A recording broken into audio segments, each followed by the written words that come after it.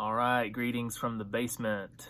This video is going to be a little bit different. So some of my videos about generators and all things storm prep are kind of after the fact videos. So this one, we're going to look at maybe some considerations to make before the storm. And with kind of what's brewing in the tropics right now, this might be a timely video. So hop over to the computer. All right, so the first thing we're going to look at is just some different reconnaissance tools that you can use for storm prep. So first things first, National Hurricane Center, you can say what you want about maybe the reliability of this thing, but it's kind of the just first place to go look. So today, August 1st, 5:30 in the evening, this is what's brewing in the tropics. Now this is a 7-day graphical outlook. So in 7 days, you could expect the storm to be somewhere inside this cone. Now, there's no telling what area of this cone it's going to hit. Back up to the 2-day, it's just saying 30% chance of a storm. So this is kind of your first indication of, hey, there might be something coming on here. So next, Tropical Tidbits. This is another really great website to use for weather forecasting. So there's so many, different categories, but what I do is look at the forecast model, and then I come down here to regions, and depending on what portion of the US that you live in, there are tropics in the world, different countries, but I'm going to focus on the United States, southern US. All right, so it kind of targets around Georgia, and what you have here are different run times. So you can go back and look at old models, or you can look at the latest. Now if you look, this was at 12Z, so that was noon today. If you look at this maybe like at 12:30 or 1, there may not be a complete forecast in here, but once you have complete forecast, this is basically hours for the run time. So 6 hours after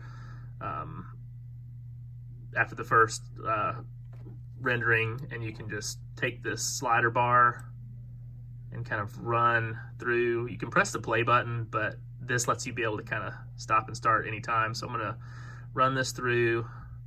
So it looks like that storm's going to kind of hug the coast, hit the Outer Banks, and then go out to the Atlantic. So let's take a look at that again.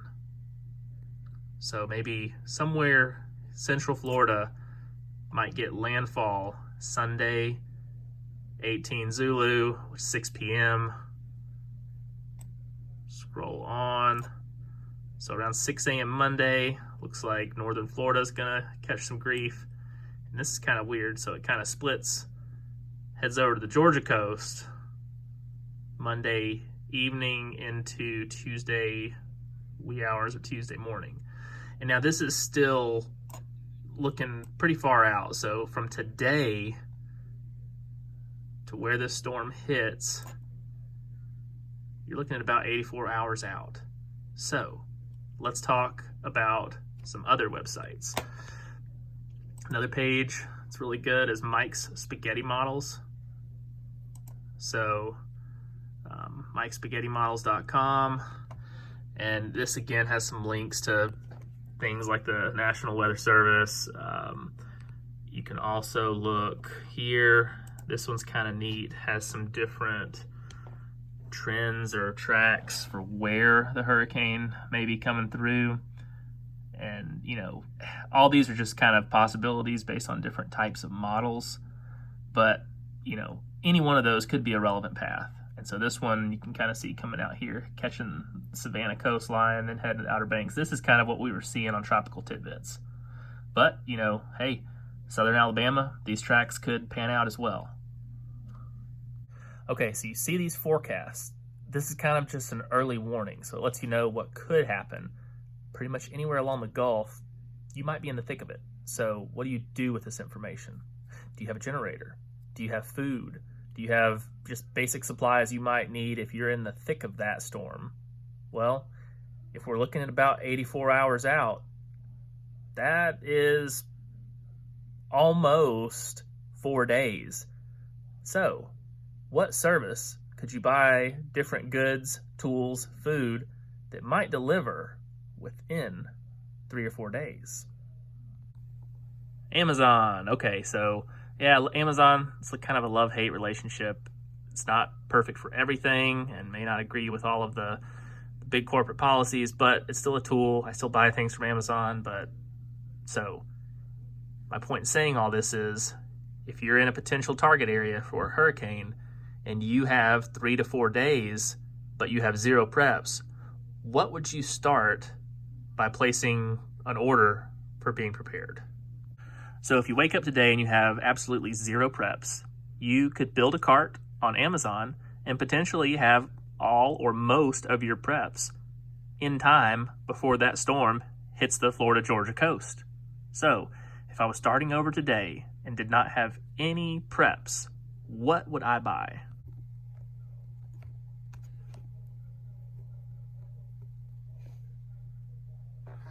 Okay, so it's going to kind of just be a look over the shoulder view. So I think the first thing that most people are going to think about is some sort of generator. So when you're looking at Amazon, you type in generator, my gosh, you've got so many options.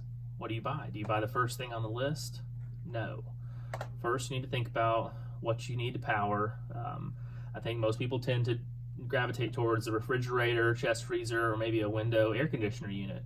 And if you watched any of my previous videos, you would know that really what you need to get started on something like that would be, say, about a 2,000 watt inverter generator. Now, you could go larger, but this is just kind of going to be something to get you started. This one right here, look at that, 2,500 watts, and that's enough to do a refrigerator freezer combo, a window unit. So, and it's pretty reasonably priced. So let's just take a look at this. Oh look, a coupon. Son of a gun. All right, I don't want to do that.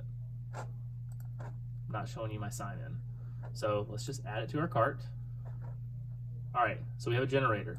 Now, I've gone through some specs on generators before, but this one has a pretty efficient runtime. So if you scroll through your data here, 39 pounds, 2,500 peak watts, 1,900 starting. All right, show me the runtime. All right, check it out. 11 hours on 1 gallon of gas. Hey, that's not too bad. So you fill this thing up, you've got kind of 11 hours of backup. You don't have to run it all at once, you can pace it out. But okay, so we would need, this is running on gasoline, so we would need a gas can. Okay, so if you got a 2.5 gallon tank, that's pretty easy to tote around. You can power that generator for over 20 hours. So let's just say for ease of being able to carry, let's add that to the cart. Now you will need oil for the generator. I believe my generators take 10W30.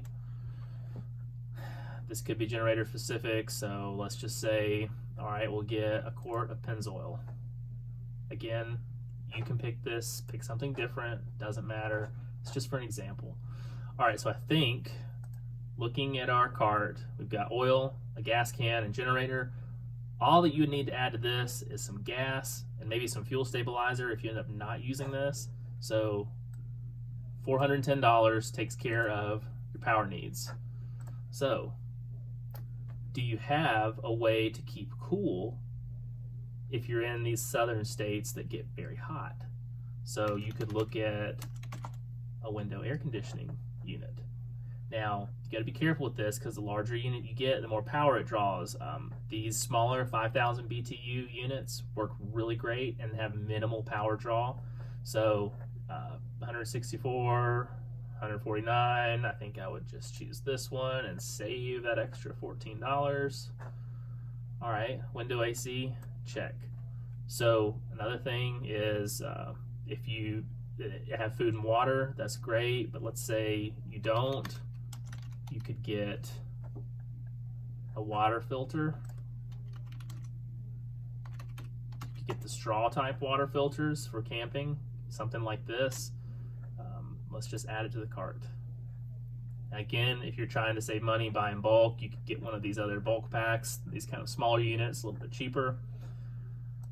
So what else? Maybe you don't want to run a window unit. Maybe you would just like to have a box fan, and you just want to be able to put that in the window or your room and just have some a nice steady breeze and make it at least palatable to be able to sleep. Let's add that to the cart. So a commonly missed item for generators is extension cords. Whoops, help if I can type. Okay, so you want something that's heavy enough to be able to carry the load that your generator can provide without having to run multiple cords outside the house. So say you got something like either this 12 gauge extension cord, so that you could run this from your back porch through your window, close the window, and then have a power strip here for all your kind of stuff inside the house. No thanks. All right, so another thing to consider is maybe you don't have a good window to put an air conditioner in. Maybe you've got smaller windows or an RV or something like that. Another thing to consider is portable air conditioners. And these are really nice because they roll, they have a vent exhaust that just runs out the window. So you can put it in any room of the house, you just roll it, you don't have to carry it. It's kind of handy. Again, you need to look at the size. The larger in size you go, the more draw. You know, something, say about 8,000 or less BTUs, pretty easy to run off a generator. Once you get into 10,000, you're gonna have to get a bigger generator. So, but let's just say, okay, let's choose this one, 219. It's not that bad. Again, when you're building this list, look at the dates. If you see something that's gonna have a date a week after the storm, and you live where the storm happens, you might not get that. So let's try to find something we could get a little bit sooner. Oh, scrolling. All right. Wow, so these portable units are not looking too good on the delivery time. So let's see. Let's just try doing portable AC. Yeah, that's still looking like it's gonna be next week before those get here. Let's pull up the cart real quick and just see what these other delivery dates are looking like. So yeah, these extension cords looking like they're gonna roll in about Tuesday. So, you know, maybe 3 or 4 days, it ain't gonna happen. So that might be something that you have to watch out for. So if you don't have a generator, I mean, it could be too late for you. But the point of this is, here we are up against the wall of this thing arriving next week, and we're already kind of too late. So imagine the folks that day of the storm get on here to try to order something, and then you're adding that additional time on. So let's try something else here. Portable generator. Okay.